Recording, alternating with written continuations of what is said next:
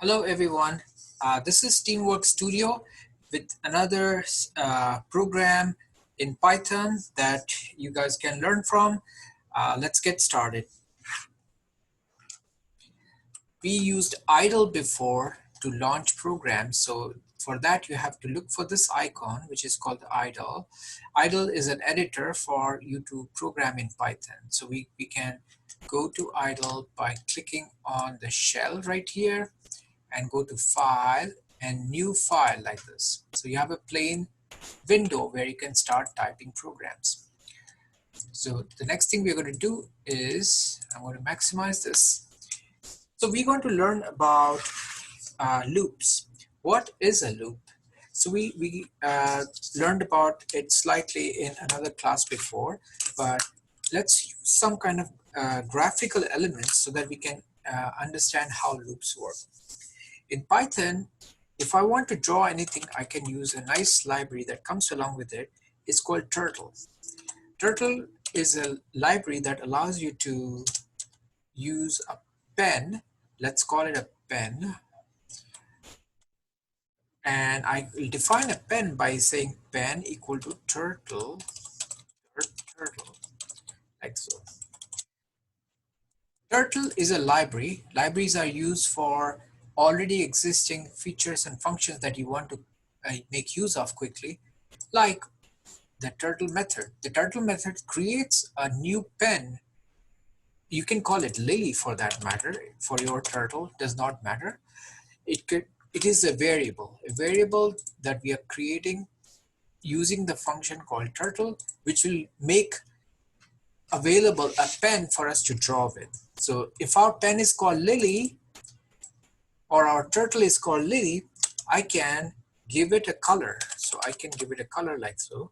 I can say Lily dot color, and I can give it a color like orange, like this. This is called a string. Any color that you choose, like a green or a blue or whatever name you want to, needs to have two double quotes around it to make it a string. So now we've given a color. The other thing we want to do is give it a pen size. That means how thick is the pen going to be. So I can say, so if you see here when I do dot, it actually shows me all different things that you can do with the pen automatically. So if you just pause a little bit on a dot command after your pen, it'll give you all these things that you can explore. For today, what we're going to do is give it a pen size, like so. And once we have the pen size, we have to give it a number about how thick the line is going to be. So we're going to put it as 2. The other thing is, how fast am I going to draw with it? So I can give it a speed like so. Now that we are done with this, we are able to draw things. So let's learn about a very simple loop. So in Turtle graphics, if I want to make it run right now, I'll have to go here and click Run Module right here. When I do that, it's going to ask me to save this program. And I can call it,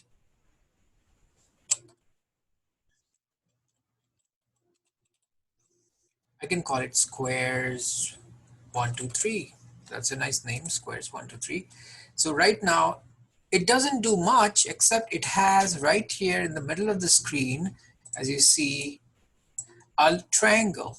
This is my shape that it printed in an orange color. It didn't do much more than that. If you want to make it more interesting, what we can do is we can try moving the pen. So now Lily can move forward like so, 100 steps. If I do that and run the program again, it'll show that there was 100 pixels that the dot moved from the middle of the screen.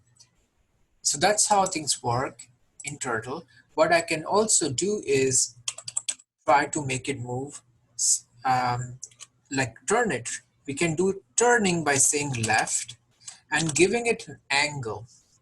If I do 90 degrees, that means you're going to go from the middle of the screen straight 100, then turn 90 degrees, like this is 90 degrees, so that you are pointing this way. So if we repeat that action, going straight and then turning many more times, like 4 times, what's going to happen? Let's see. So I'm going to remove this right now and just copy it 4 times. Control C, V. Now you see this, if I run this program, it's going to make a very quick square, like it went like this, went like this. So this is how, now this is kind of repetitive. What we're learning today is all about loops. In order to do loops, we need to use the word for. There are two kinds of loops, for loops and while loops. We're going to use for loops today. And in order for you to use for loops, you don't have to repeat this again and again. We just need to use these two commands. However, when I do that, I can use a variable. This is a variable like A, B, C, D in an equation. So I'm just giving something for J in range 4. What it means is, and if you hit enter, you will see that there's a tab that it automatically creates. That's how Python knows what to repeat. So both these things that we want to repeat has to have this indent. So now the same thing that we just did with copying 4 times, we don't need to do that anymore. It's going to make that square and repeat it 4 times because of this counter or this variable J that starts from 0 and keeps on going 0, 1, 2, 3 all the way. So it runs 4 times basically and repeats it 4 times, right? So that's how for loops work. You can give it a shot and try it yourself. Once you're happy with this, we're going to kind of start doing something more interesting. Next thing what I'm going to do is, okay, now that I have a square here that I know how to draw, what if the square itself doesn't have a fixed amount that it moves every single time by? What I'm going to do is make another variable. So what I'm going to do is copy this right over here. And I'm going to say, I'll change this inside to I, like so. Let the outside loop be repeated many more times. So I'm going to just give an arbitrary number like range 35. Now you might have to go here and click enter so that you have this indent. And then these two guys need to have their own indents. So what is happening is we are repeating the squares again and again and again. So we are making 35 squares. This is a square. From here to here, we just tried it. This is a square. Now we are repeating 35 times. So if I run this, you will see that it'll start working many, many times. See, it keeps on making it very, very quick.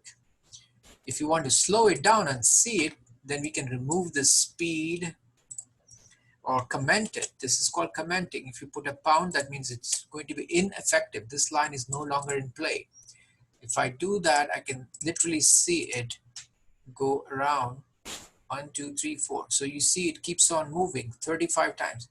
I don't want to keep on doing that. I want to do something more interesting. While it is making those squares, I am going to also add a little twist. I'm going to make it move left. But if you look at the number of,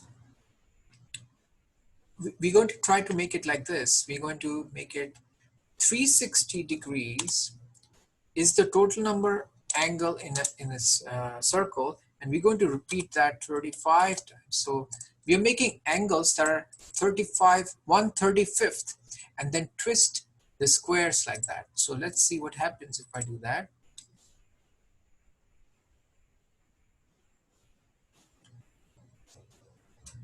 So we are making 35 squares like that.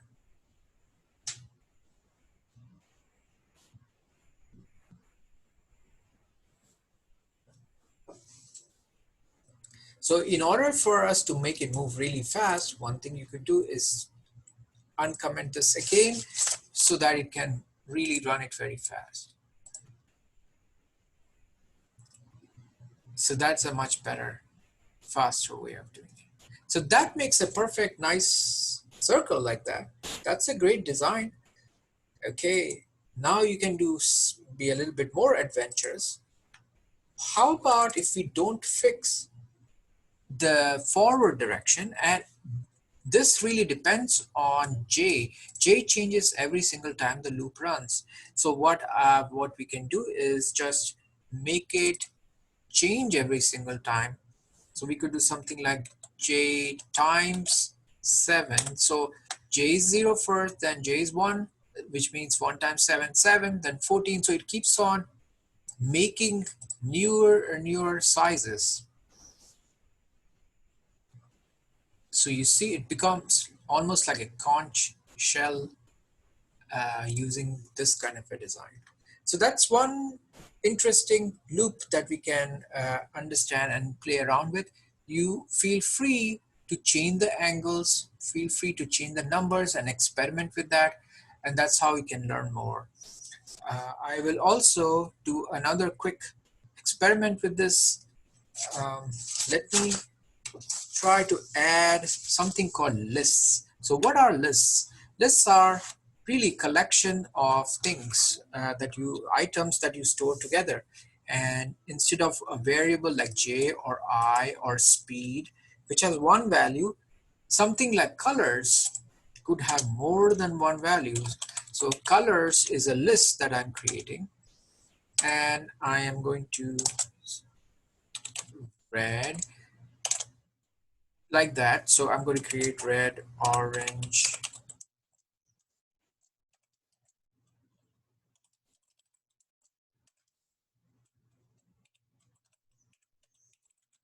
So I'm going to give it a lot of color values.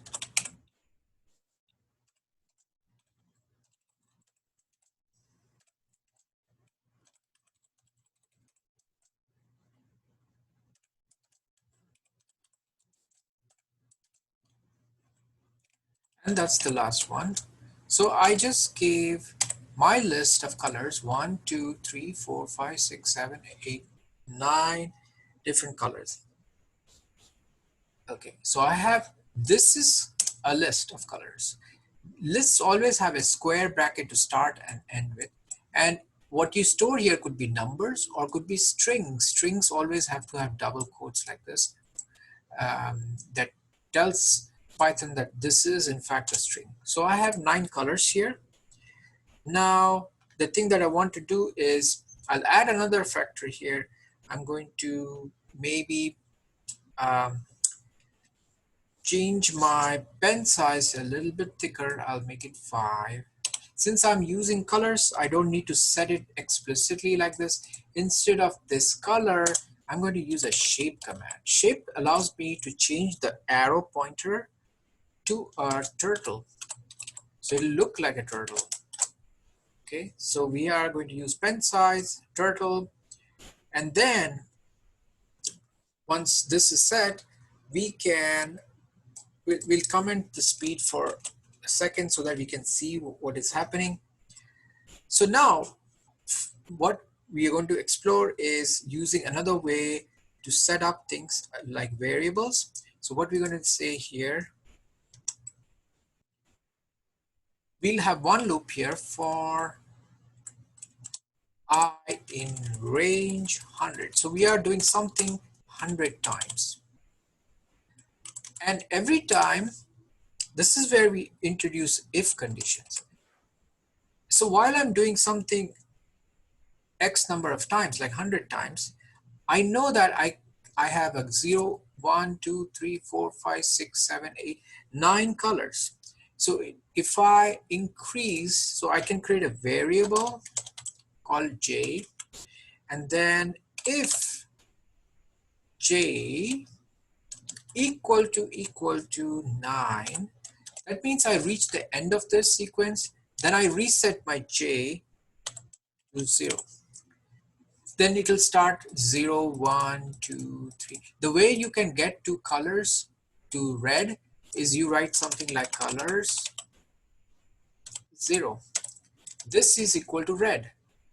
If it is colors 1, that means it's the first position. So this is 0th position, this is the first position. These are called indexes. So then colors 1 means orange, colors 2 means yellow. So that's how what we're going to make use of to set up the color while I'm drawing things. So what I'm going to do here is change this and say lily dot color, and I'm going to use the list called colors and set up j there, like so. So the j itself keeps on changing here because we are going to add something at the very end, j plus equal to 1, which means add 1 to j every time the loop runs. So now we have the color. We want to draw something with that. We want to do forward and left.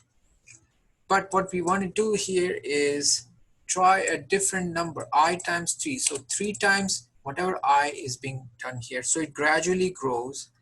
And we're going to just turn it 60. So you will recognize this shape. So if you are going forward and just turning left 60, left 60, left 60, what kind of shape are you going to get? Do you remember that when you use left 90, it made, when you ran it 4 times, it made a square? If you do 60, what kind of shape are you going to draw? So if you look at my screen, if you are here and you drew 60, means this is 60, and then you kept on going and then drew 60 again, 60 again, and then 60 again, and 60 again. So it's almost like a hexagon. So let's see how the effect of this is. So once we're done with this, we can give it a shot, test.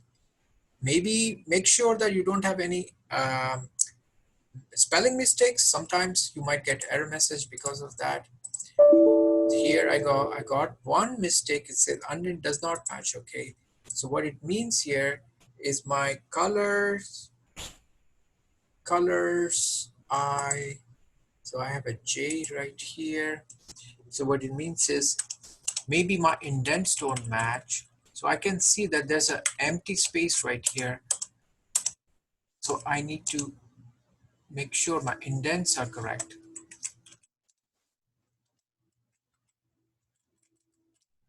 So indents are done automatically with Python. If I don't align them properly, it will not recognize that it's something is being done in a loop. So now you see the turtle trying to make hexagons. And as it's doing so, it's also changing the size of the sides. So that's what you're seeing here when you're watching this. And it's always taking a 60-degree angle turn. And as the J grows, it is going to draw this 100 times. Okay, so that's the end of learning today loops, as well as the for condition, which we just did loops with. We also learned a little bit about lists. How do we access lists and do nice, interesting patterns? Okay, thank you. Enjoy coding. Bye.